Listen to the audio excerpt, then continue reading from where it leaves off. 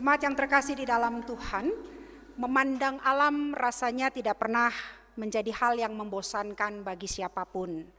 Entah yang kita pandang itu adalah alam pegunungankah, atau alam di pantai, di tepi laut, atau bahkan pemandangan lautan, pemandangan hutan rimba yang hijau, atau bahkan memandang langit, baik waktu pagi, siang, ataupun malam ketika langit dipenuhi dengan bintang yang terang.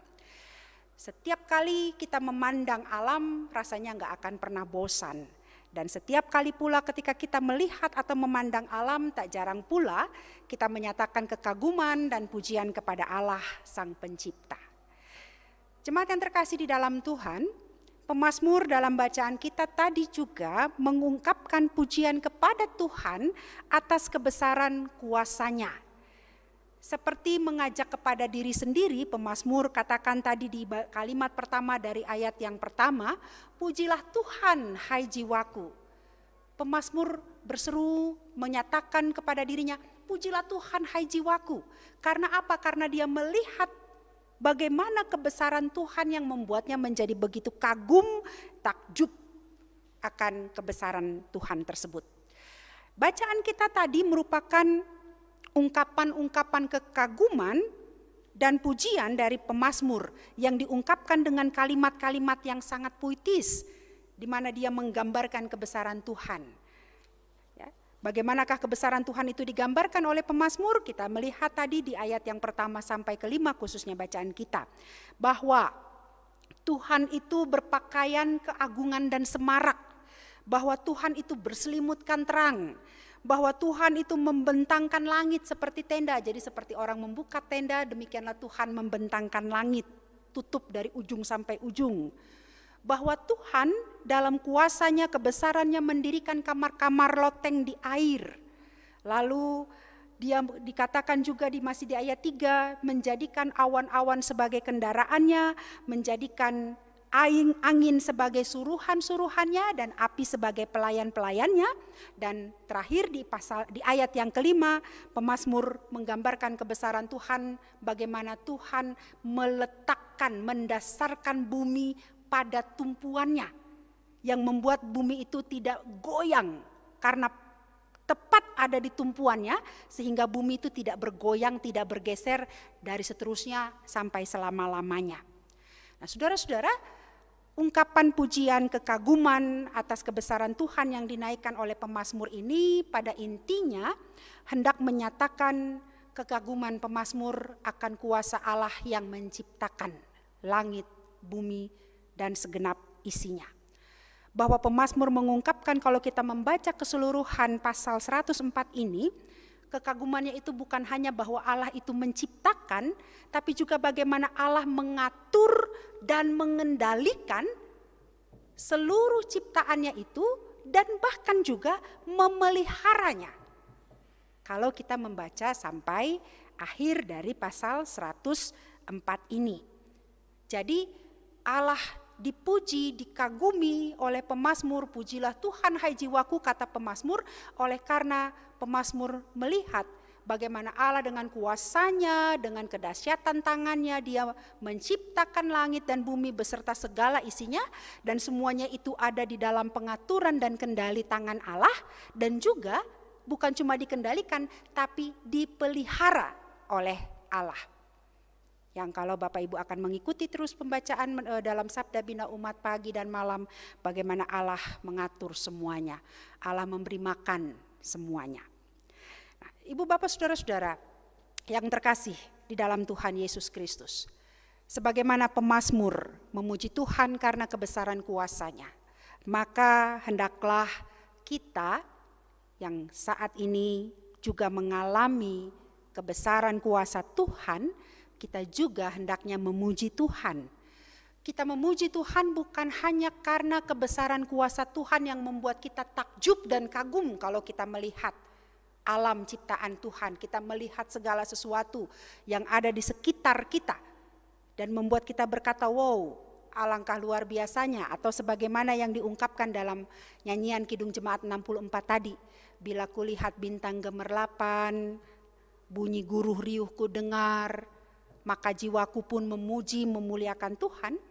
Kita bukan cuma memuji Tuhan karena kebesaran kuasa-Nya yang membuat segala sesuatunya begitu indah dan menakjubkan, tetapi terutama juga karena kita mengalami dampak dari kuasa kebesaran Tuhan itu dalam hidup kita. Kita mengalami bahwa ciptaan Tuhan yang sudah luar biasa Tuhan buat, membuat kita bukan cuma berdecak kagum, tetapi bahwa kita mengalami dampak kebaikan dari apa yang telah Tuhan buat dan yang telah Tuhan atur itu. Contohnya, ya, Bapak Ibu Saudara-saudara, kalau dikatakan tadi di ayat yang kelima, Tuhan itu besar, agung, Engkau sangat besar karena Dia telah mendasarkan bumi di atas tumpuannya, itu berarti Tuhan telah membuat ini bumi ada pada porosnya, bumi tetap berputar pada porosnya. Bapak Ibu tahukah kita bahwa ketika bumi berputar pada porosnya maka banyak hal yang terjadi dalam kehidupan kita manusia. Ketika bumi berputar pada porosnya, matahari terbit dan terbenam sesuai waktunya. Kita mengalami yang namanya siang dan malam. Ketika bumi berputar pada porosnya, kita mengalami berbagai musim. Kalau kita yang ada di garis khatulistiwa hanya mengalami 2 musim. Musim kemarau dan musim hujan. Tapi di belahan dunia yang lain mengalami 4 musim. Itu terjadi karena apa? Bumi yang tetap didasarkan pada tumpuannya, yang tidak bergoyang tapi dia terus berputar pada porosnya. Belum lagi hal-hal lain yang Tuhan lakukan dalam ciptaan Tuhan ini yang membuat kita boleh menikmatinya dan mengalami dampak kebaikan daripadanya. Hujan yang tepat pada waktunya, ya, panas matahari yang datang tepat pada waktunya. Belum lagi soal bagaimana Tuhan memberikan kecukupan atas apa yang kita perlu, makan, minum, ya, dan sebagainya yang kalau kita baca dalam Mazmur 104 ini, Tuhan membuka tangan maka semua yang hidup diberkati. Begitu. Nah, saudara-saudara yang terkasih di dalam Tuhan, sesungguhnya kebesaran Tuhan itu bukan hanya membuat kita harus memuji.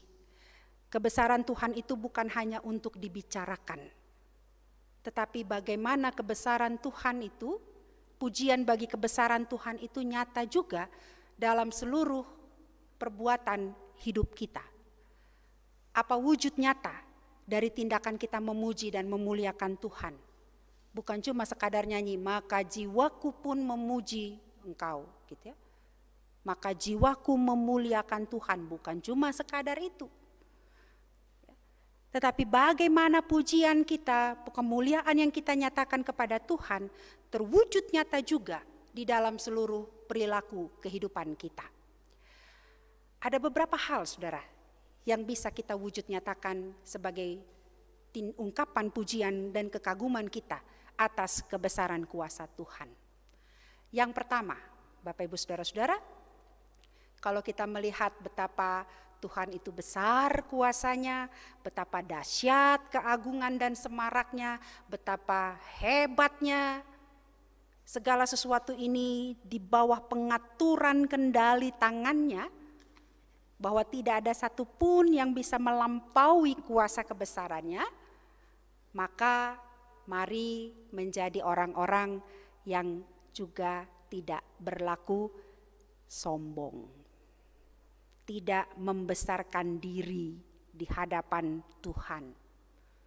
Mungkin kita punya kehebatan, kita pandai, kita kaya, kita sanggup berkreasi dan berkreativitas sedemikian rupa sehingga terbentuklah, terciptalah, terjadilah hal-hal yang baru, yang bagus, yang mengagumkan bagi orang lain, di mata orang lain, dan kemudian kita jadi sombong.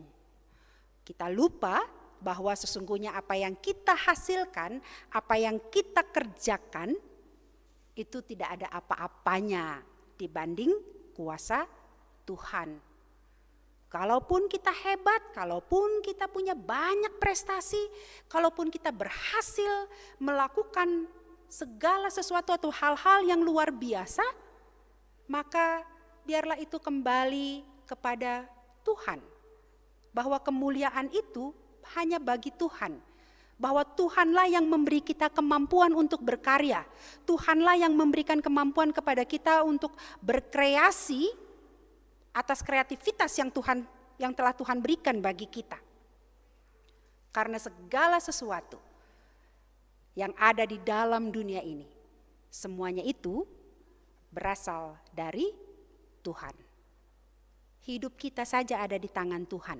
Kapan bangun, kapan tidur, kapan makan, semuanya ada di tangan Tuhan. Awan yang di langit yang tidak terjangkau oleh kita itu saja, kata pemazmur tadi, itu jadi kendaraannya. Angin menjadi suruhannya, api jadi pelayan-pelayannya. Apalagilah cuma apa yang kita miliki saat ini. Prestasi yang kita hasilkan itu sesungguhnya tidak ada apa-apanya. Tapi bukan berarti kita lalu tidak bersyukur, kita lalu membuang-buang karunia, talenta, kreasi, kreativitas yang Tuhan berikan bagi kita dan menganggap gak usahlah dipergunakan, tidak. Bukan berarti kita tidak boleh berbangga diri, boleh. Bukan berarti kita tidak boleh menyatakan kekaguman atas apa yang telah kita kerjakan, silahkan. Tetapi jangan sampai dalam hati kita yang paling dalam itu ada kesombongan. Bahwa kita merasa sanggup melakukan itu semua karena kuat dan hebatnya kita. Sebab di atas kuat dan hebatnya kita ada kuat dan hebatnya Tuhan yang tak terkalahkan. Yang kedua, bagaimana kita memuji Tuhan melalui alam yang telah Tuhan ciptakan. Melalui segala sesuatu yang telah Tuhan siapkan dan sediakan bagi kita. Caranya adalah saudara-saudara, mari pergunakan alam sebagaimana seharusnya. Secukupnya dan tidak mengeksploitasinya. Kalau Tuhan menganugerahkan kita alam yang begitu luar biasa, maka pakailah, pergunakanlah itu sebaik-baiknya. Seringkali ini yang menjadi, kita suka memakai perintah Tuhan dalam kitab Kejadian, yang Tuhan bilang, beranak cuculah dan penuhilah bumi. Berkuasalah atas ikan-ikan di laut, burung-burung di udara, dan segala sesuatu yang ada. Kita suka pakai ayat itu untuk mengatakan Tuhan sudah serahkan semua itu bagi kita, maka sekarang tinggal kita bisa bersikap semaunya dan sesukanya. Ketika Tuhan bilang penuhilah bumi, maka yang Tuhan maksudkan itu bukan cuma memenuhi bumi dengan anak keturunan, bukan. Tapi yang Tuhan maksudkan adalah untuk memenuhi bumi dengan hasil karya yang kita lakukan. Ketika Tuhan mengatakan berkuasalah atas ikan-ikan di laut, burung-burung di udara, dan segala sesuatu yang kuberikan kepadamu itu, maka itu bukan berarti lalu kita berkuasa dan memperlakukan alam ini dengan semena-mena, dengan seenak-enaknya. Tapi yang Tuhan maksudkan adalah bahwa kalau kita berkuasa, maka kita pun juga punya kuasa untuk menentukan bahwa alam ini harus terpelihara, alam ini harus terjaga, bahwa situasi kehidupan bukan cuma manusia tapi seluruh makhluk hidup itu harus berlangsung harmonis dan serasi, itu ada di dalam kuasa tangan kita. Karena itu, saudara-saudara, mari kita menjadi umat Tuhan yang memuliakan dan memuji Tuhan lewat cara kita yang peduli pada alam. Saya suka mengambil contoh aplikasi yang paling sederhana dari bagaimana kita turut memuliakan Tuhan lewat alam yang Tuhan ciptakan. Cara paling sederhana itu sebetulnya adalah tidak buang sampah sembarangan. Itu saja, hal kecil. Ya. Saya pernah praktek di waktu masih mahasiswa tingkat 2, praktek di Tangerang, dan salah satu laporan kami kelompok mengatakan bahwa masalah di Tangerang itu salah satunya adalah soal sampah. Lalu dosen yang membidangi mata kuliah ini bertanya kepada kami, loh memang kenapa sih kalau kamu misalnya makan permen satu atau makan roti lalu kamu buang plastiknya, bungkusnya, kan kamu cuma buang satu, katanya gitu. Lalu saya bilang begini, sama teman-teman juga bilang begini, iya Pak, kalau satu orang berpikir saya buang satu, hanya satu, bagaimana kalau jumlah orang itu dalam satu, katakanlah satu perumahan, ada 200 jiwa, semua berpikiran yang sama, maka sampahnya sudah sejumlah 200. Itu kalau buangnya satu hari. Tapi kalau buangnya lebih dari satu, bisa dihitung saja seberapa banyak sampah itu menggunung. Kita peduli pada alam, kita memuliakan Tuhan dengan kita turut menjaga alam ini. Supaya tetap indah, tetap lestari, dimanfaatkan tapi sesuai dengan sebagaimana yang seharusnya. Dan yang ketiga, saudara-saudara, hal yang menghibur dan menguatkan kita, bahwa kalau Allah itu sungguh berkuasa atas segala ciptaannya, dan bahwa Ia memelihara seluruh alam ciptaannya dan semua yang Dia ciptakan itu, maka ini menjadi keyakinan, penghiburan bagi kita bahwa tidak ada satu hal pun yang terjadi tanpa kendali Tuhan. Bahwa alam semesta ini yang tidak bergerak sendiri tapi diatur oleh Tuhan, itu menandakan hidup kita juga ada di dalam kendali Tuhan. Artinya, kalau kita mengalami sukacita, sukacita itu ada dalam kendali Tuhan.